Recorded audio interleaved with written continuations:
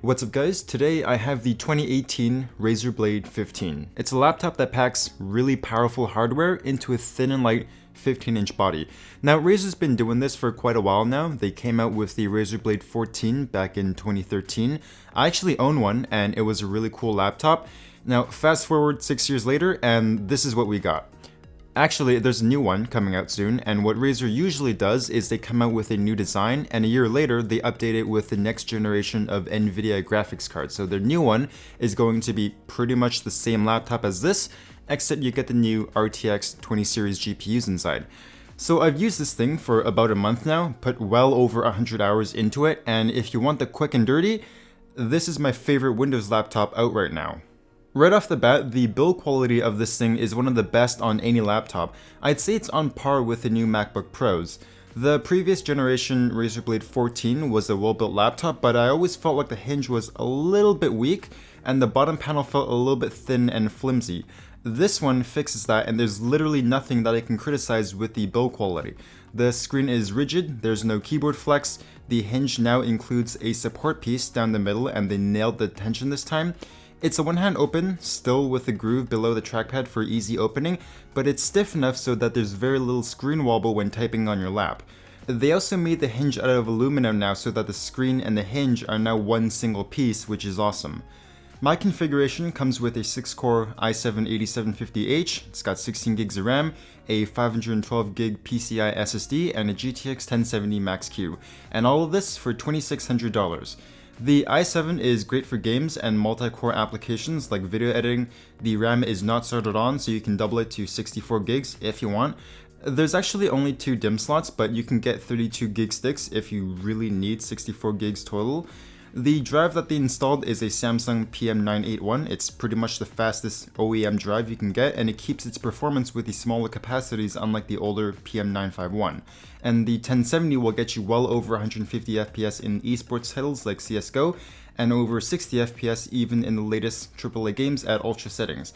You'll want to make sure you enable gaming mode when doing anything intensive inside of Razer Synapse because it actually bumps up the clock speed of your CPU and the GPU by a couple hundred megahertz.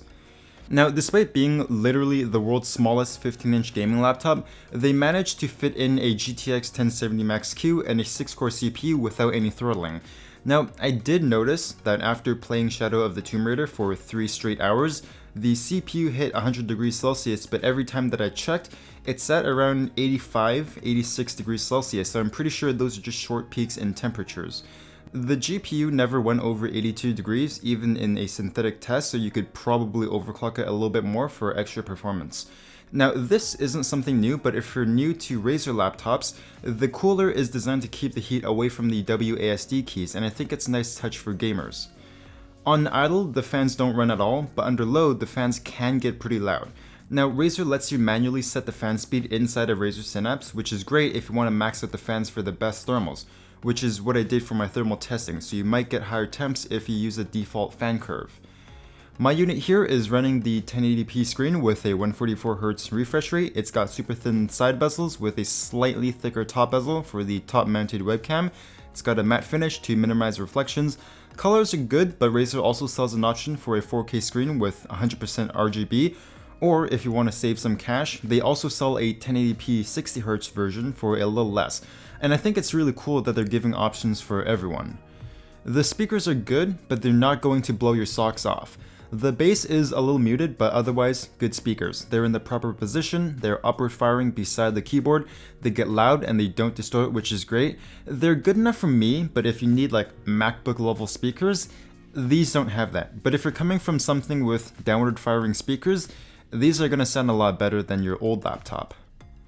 The keyboard is nice and big, it's got decent key travel, the RGB backlighting is neat, and it does get very bright, but because I'm filming with lots of bright lights, it looks quite dim on camera. The up arrow is now placed between the backslash and the shift key, so when you try and type a question mark, you might end up pressing backslash up instead. It doesn't affect me personally because I've always hit the shift key with my ring finger, so I can't honestly tell you how easy it is to get used to it, but I think if you type for long enough, you'll probably get used to it. Now, when it comes to having a really good trackpad, there are 3 things that you need. It's got to have a smooth surface, it needs good software, and it needs good button mechanics, and this trackpad has all of that. It's a glass trackpad, it's smooth, and it doesn't feel sticky when you try and drag and drop something across your screen. It uses native Windows drivers, so it's accurate, doesn't skip around, and the clicks are nice and satisfying. They require a little bit more force than I'd like, but the big thing is that my finger doesn't feel sore or tired after clicking for hours, so I actually don't feel the need to bring my mouse with me on the go, which gives you a lot more freedom. Basically, they nailed it. They're still not as good as the MacBook trackpads, but they're getting really close. Port selection on this laptop is fantastic. On the left you have the charging port, 2 full-size USBs, a headphone jack, and on the right you have a mini display port, a full-size HDMI port, another USB-A, and a Thunderbolt 3 port with 4 lanes of PCIe. If I had to nitpick, I guess maybe an SD card slot for camera people to go along with that 4K screen, but they did a really good job here. The 80 watt-hour battery inside is getting me around 5, maybe 5.5 hours of battery life, and this is with the refresh rate lowered to 60 Hz, and it does make a noticeable difference. I think it'd be cool if Razer made the option so unplugging the charger would automatically lower it to 60 Hz to extend battery life. It doesn't do that right now, but they can easily add that through software. The 230 watt charger that they include is small and compact, and the plug is reversible, and just for fun, I tried charging the laptop through the USB Type-C port. Unfortunately, it does not support charging.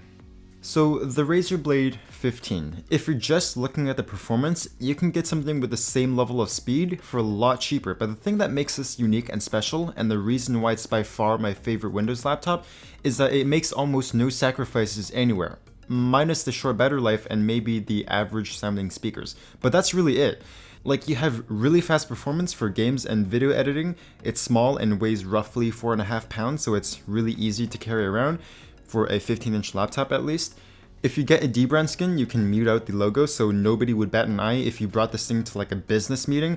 Like, there's a lot of good stuff with this laptop, and obviously to engineer something like this, you gotta pay a lot of people big money. But if what you want is a laptop with as few sacrifices as possible, this is it, and it's an awesome laptop.